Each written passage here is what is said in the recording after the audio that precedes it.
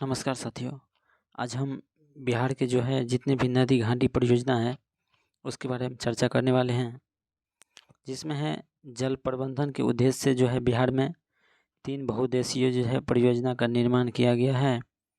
और इस परियोजना में जो है बाढ़ नियंत्रण, सिंचाई प्रबंधन और जल संरक्षण, पर्यटक, परिवहन और ऊर्जा उत्पादन आदि को जो है लक्षित किया गया है। बिहार में बहुउद्देशीय परियोजना में देखेंगे हम तो सोन नदी और गंडक नदी और कोसी नदी,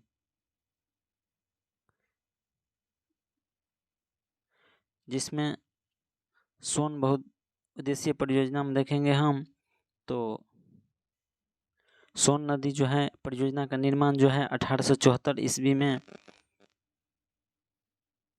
डेहरी रोहतास में किया गया था। और यह बहुउद्देशीय परियोजना जो है नदी परियोजना बिहार के सबसे पुरानी एवं प्रथम नदी घाटी परियोजना है। उसके बाद है डेहरी में जो है बारून के पास सोन नदी पर बांध बनाकर 2 नहरें दोनों किनारों से जो है निकलती हैं, जिसमें पूर्वी सोन नहर, इस नहर से औरंगाबाद, गया, जहानाबाद, अरवल और पटना तक जो है सिंचाई की जाती हैं। उसके बाद है एक पश्चिमी सोन नहर, जिसमें इस नहर के द्वारा जो है रोहतास, कैमूर, बक्सर, भोजपुर आदि जिला में जो है सिंचाई की जाती है।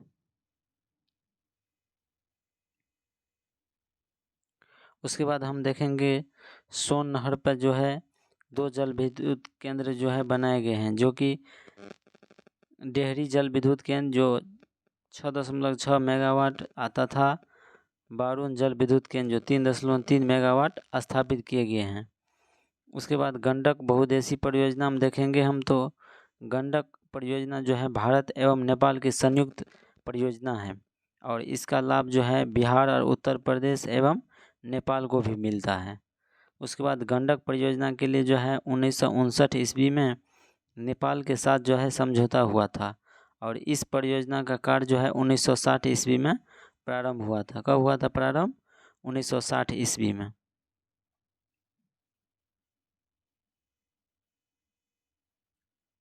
उसके बाद इस परियोजना के अंतर्गत जो है भारत नेपाल सीमा पर जो है भैंसा लोटन के पास जो है गंडक नदी पर जो है बांध का निर्माण, जलाशय का निर्माण किया गया। यह बराज बांध और वाल्मीकि नगर के पास जो है त्रिवेणी संगम के पास निर्मित की गई है। और गंडक परियोजना का जलाशय से जो है पूर्व एवं पश्चिम की ओर नहर निकली गई है, जिसमें पूर्वी गंडक नहर और पश्चिमी गंडक नहर।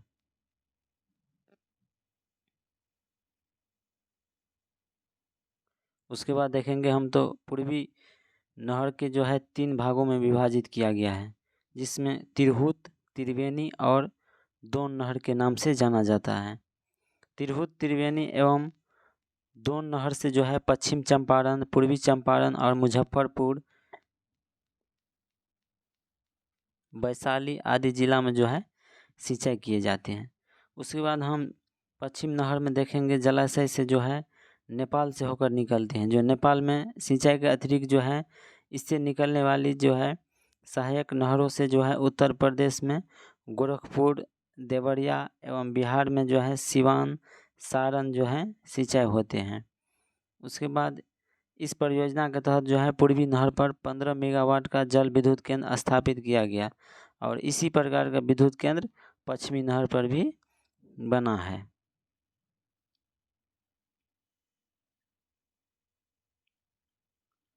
उसके बाद हम देखेंगे कोसी बहुउद्देशीय परियोजना पे।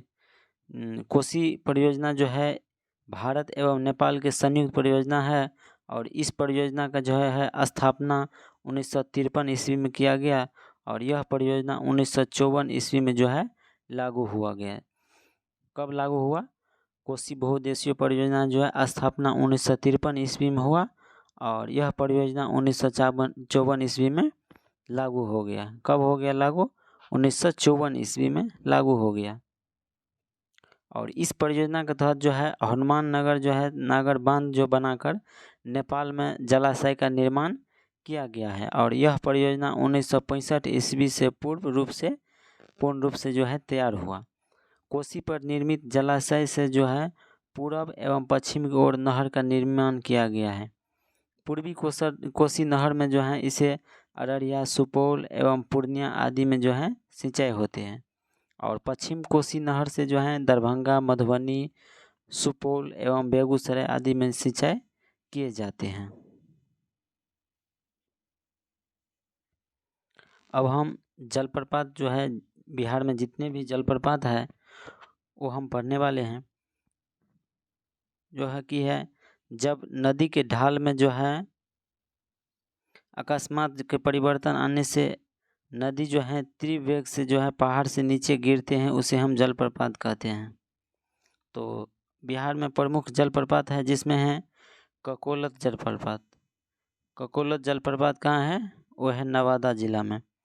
उसके बाद है दुर्गावती जलप्रपात, कहाँ है? रोहतास में, जो सबसे ऊंचा है। कहाँ है दुर्गावती?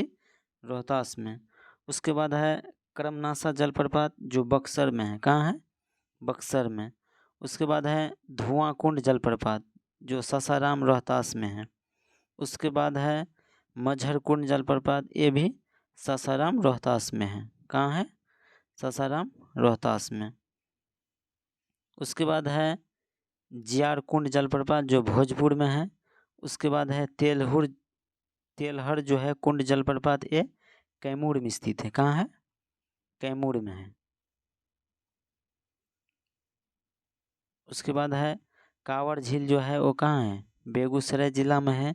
कहाँ है कांवर झील? बेगूसराय जिला में है। उसके बाद है गोगा बिल, कहाँ है? कटिहार में है। उसके बाद है कुशेश्वर झील, कहाँ है? दरभंगा में है। उसके बाद है घोड़ा कटोरा झील, कहाँ है? राजगीर नालंदा में है। उसके बाद है अनुपम झील, एक कैमूर जिला में है। कहाँ है अनुपम झील? कैमूर जिला में है। उसके बाद है सिमरी झील जो सहरसा जिला में स्थित है। उसके बाद है जगतपुर झील जो भागलपुर में स्थित है। कहाँ है जगतपुर झील? भागलपुर में है। कांवर झील कहाँ है? बेगूसराय में है। ये सब इम्पोर्टेंट है, ध्यान में रखिएगा। उसके बाद कुशेश्वर झील कहाँ है? दरभंगा जिला में। कहाँ है? दरभंगा जिला में है। उसके बाद है मोती झील जो मोतिहारी के और पूर्वी चंपारण में स्थित है। उसके बाद है सरैया मन झील जो कि बेतिया में जो है पश्चिम चंपारण में स्थित है। उसके बाद है पीरामन झील जो कि मोतिहारी में है, पूर्वी चंपारण मोतिहारी में स्थित है।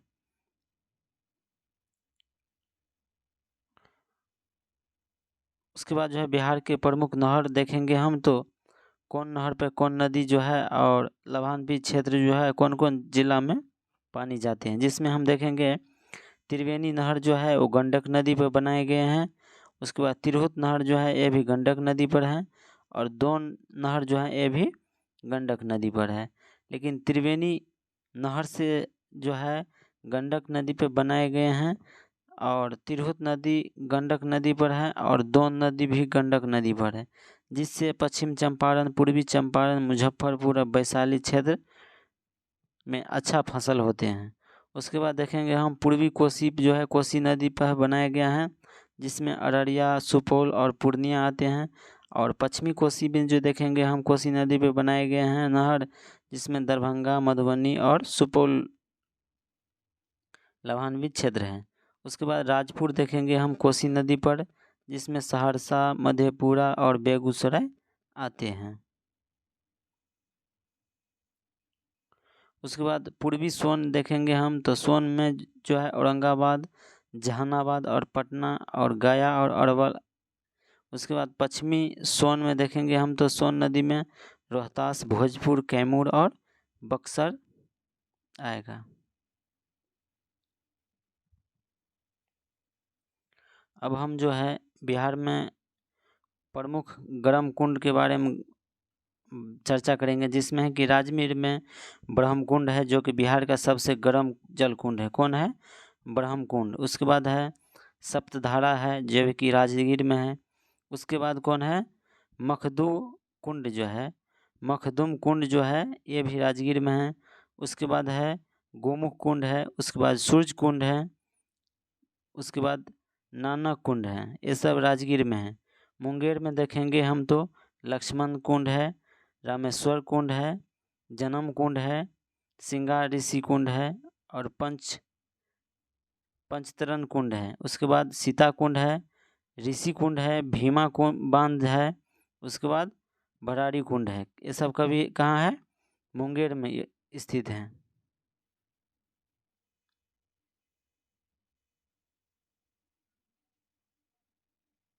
उसके बाद हम बिहार के मिट्टी के बारे में पढ़ेंगे, जिसमें है कि पृथ्वी की ऊपरी सतह पर फैले मोटे, माध्यम और बारीक कार्बनिक तथा अकार्बनिक मिश्रण के जो है कण जो रहते हैं उसे हम मिट्टी कहते हैं। मृदा का निर्माण जो है चट्टान के टूटने, फूटने तथा इनमें भौतिक और रासायनिक परिवर्तन के फलस्वरूप होता है। मृदा के निर्माण में स्थलाकृति, वर्षा, आर्द्रता, तापमान, प्राकृतिक और वनस्पति आदि मुख्य रूप से भूमिका होते हैं। मृदा के अध्ययन को हम मृदा विज्ञान या पेडोलॉजी कहते हैं। क्या कहते हैं? मृदा विज्ञान या पेडोलॉजी कहते हैं मृदा के अध्ययन को। विश्व मृदा दिवस कब मनाए जाते हैं? 5 दिसंबर को। कब मनाए जाते हैं? विश्व मृदा दिवस वो 5 दिसंबर को मनाए जाते हैं। उसके बाद देखेंगे हम बिहार एक मैदानी राज्य है, जहां लगभग 90% क्षेत्र जो है वो जलोढ़ मिट्टी पाई जाती हैं। बिहार में मिट्टी को जो है उत्तर बिहार और दक्षिण बिहार में निम्नलिखित रूप से विभाजित किया गया है, जिसमें उत्तर बिहार की मिट्टी देखेंगे और दक्षिण बिहार की मिट्टी देखेंगे। उत्तर बिहार और दक्षिण बिहार की मिट्टी देखेंगे हम तो उत्तर बिहार में हम देखेंगे पर्वत पादीय मिट्टी, उसके बाद तराई मिट्टी, उसके बाद पुरानी जलोढ़ जिसे हम बांगर कहते हैं, उसके बाद नवीन जलोढ़ जिसे हम खादर कहते हैं। दक्षिण बिहार में देखेंगे हम तो टाल मिट्टी, कगाड़ी मिट्टी, पुरानी जलोढ़ और लाल पीली मिट्टी जो है वो दक्षिण बिहार में मिलते हैं।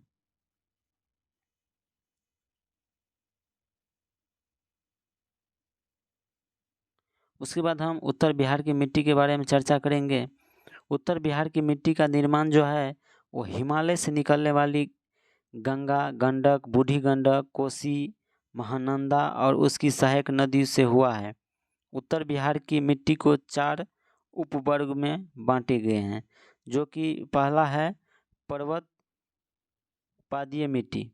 यह मिट्टी जो है पश्चिम चंपारण के उत्तर पश्चिम भाग के सोमेश्वर श्रेणी के आसपास पाए जाते हैं। उसके बाद है इस क्षेत्र में अधिक वर्षा होने के कारण जो है मृदा में अधिक नमी पाई जाती हैं और यह अधिक उपजाऊ होते हैं।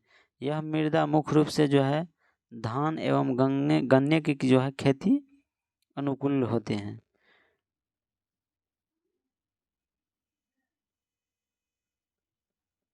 उसके बाद है तराई मिट्टी।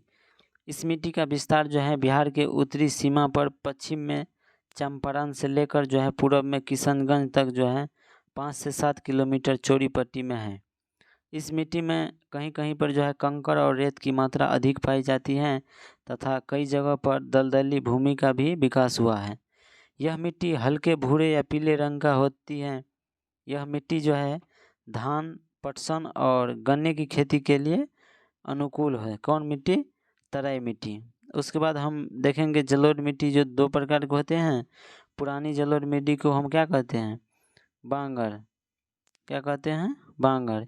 इस मिट्टी का विकास जो है उन क्षेत्र में होता है जहां बाढ़ का पानी प्रतिवर्ष नहीं पहुंच पाता है। कौन मिट्टी का विकास होता है? पुरानी जलोढ़ मिट्टी का।